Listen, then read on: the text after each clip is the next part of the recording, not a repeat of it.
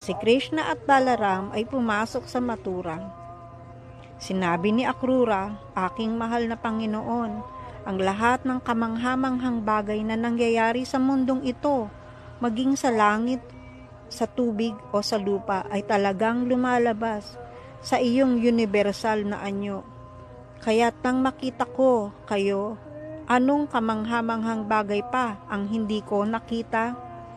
Ang pahayag na ito ay nagpapatunay sa bersyon ng Veda na ang sino mang nakakakilala kay Krishna ay alam ang lahat, at ang sino mang nakakita kay Krishna ay nakita ang lahat, anuman kung gaano ito kamangha-mangha. Patuloy ni Akrura, "Aking mahal na Panginoon, wala nang mas kamangha-mangha kaysa iyong banal na anyo. Nang makita ko ang iyong banal na anyo, ano pa ba ang natitira upang makita?" Habang naglalakbay mula sa Brindaban patungong Mathura, ang lahat ng mga nadaanan na nakakita kina Krishna at Balaram ay hindi maiwasang tumingin sa kanila ng paulit-ulit. Samantala, ang iba pang mga naninirahan sa Brindaban sa pangunguna ni Nanda at Upananda ay nakarating na sa Mathura sa pagdaan sa mga kagubatan at ilog, at sila'y naghihintay na sa pagdating ni Krishna. Pagkatapos ng pag-alis ni Akrura, sina Panginoong Krishna at Balaram at ang mga batang pastol ay pumasok sa Mathura. Napansin nila na ang tarangkahan ng Mathura ay gawa sa pinakamataas na uri ng marmol. Maayos na itinayo at ang mga pinto ay yari sa dalisay na ginto. Mayroong magagarang hardin sa paligid at ang buong lungsod ay napapalibutan ng mga kanyon upang hindi madaling makapasok ang mga kaaway. Nakita nila na ang lahat ng tawiran ng mga kalsada ay pinalamutian ng ginto at maraming bahay ng mayayaman ang mukhang perpektong magkakatulad na para bang ginawa ng iisang inhenyero. Ang mga bahay ay pinalalamutian ng mga mamahaling hiyas, at bawat bahay ay may magagandang bakuran na may mga puno, prutas at bulaklak. Ang mga hardin, pasilyo at beranda ng mga bahay ay pinalalamutian ng telang seda at burdang gawa ng mga hiyas at perlas. Sa harap ng mga balkonahe at bintana, may mga kalapati at pabo real na naglalakad at umaawit.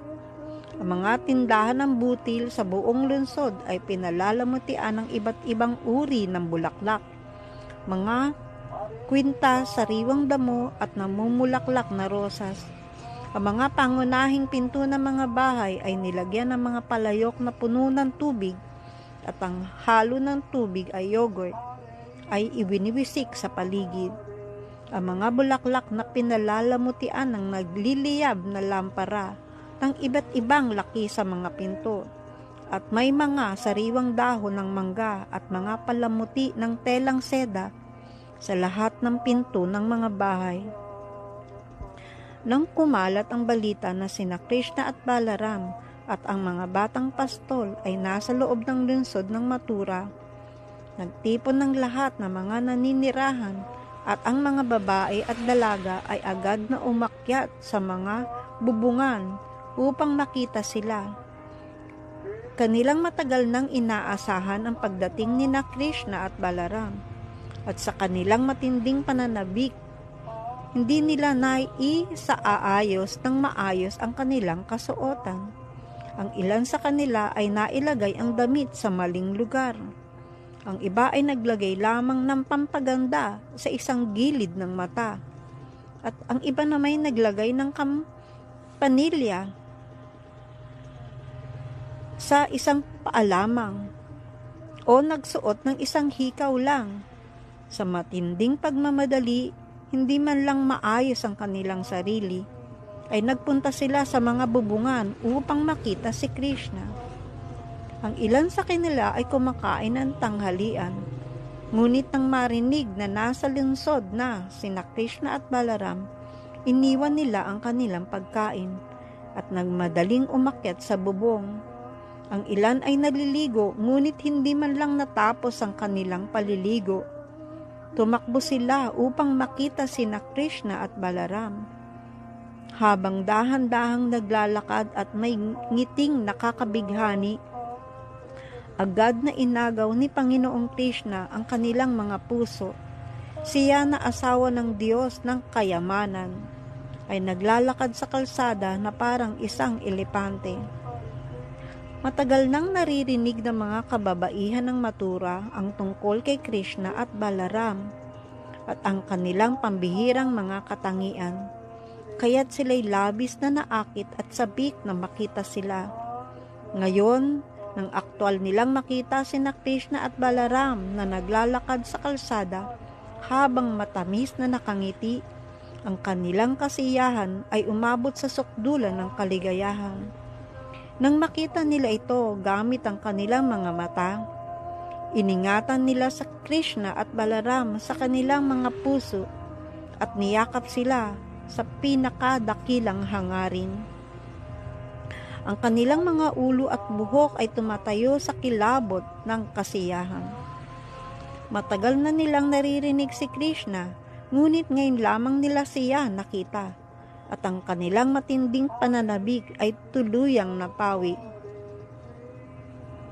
Pagkatapos umakyat sa bubungan ng mga palasyo ng Mathura, nagsimulang magbuhos ng mga bulaklak ang mga babae kay Krishna at Balaram. Nang dumaraan ang magkapatid sa mga kalye, lahat ng mga brahmana sa paligid ay lumabas din na may dalang kahoy na sandalwood, mga bulaklak at magalang na tinanggap sila sa lungsod. Ang lahat ng residente sa Mathura ay nagsimulang mag-usap-usap tungkol sa mataas at banal na gawain ng mga tao sa Brindaban. Ang mga residente ng Mathura ay nagulat sa mga banal na gawain na tiyak na isinigawa ng mga batang pastol sa Brindaban sa kanilang mga nakaraang buhay upang makita si Krishna at Balaram araw-araw bilang mga batang pastol.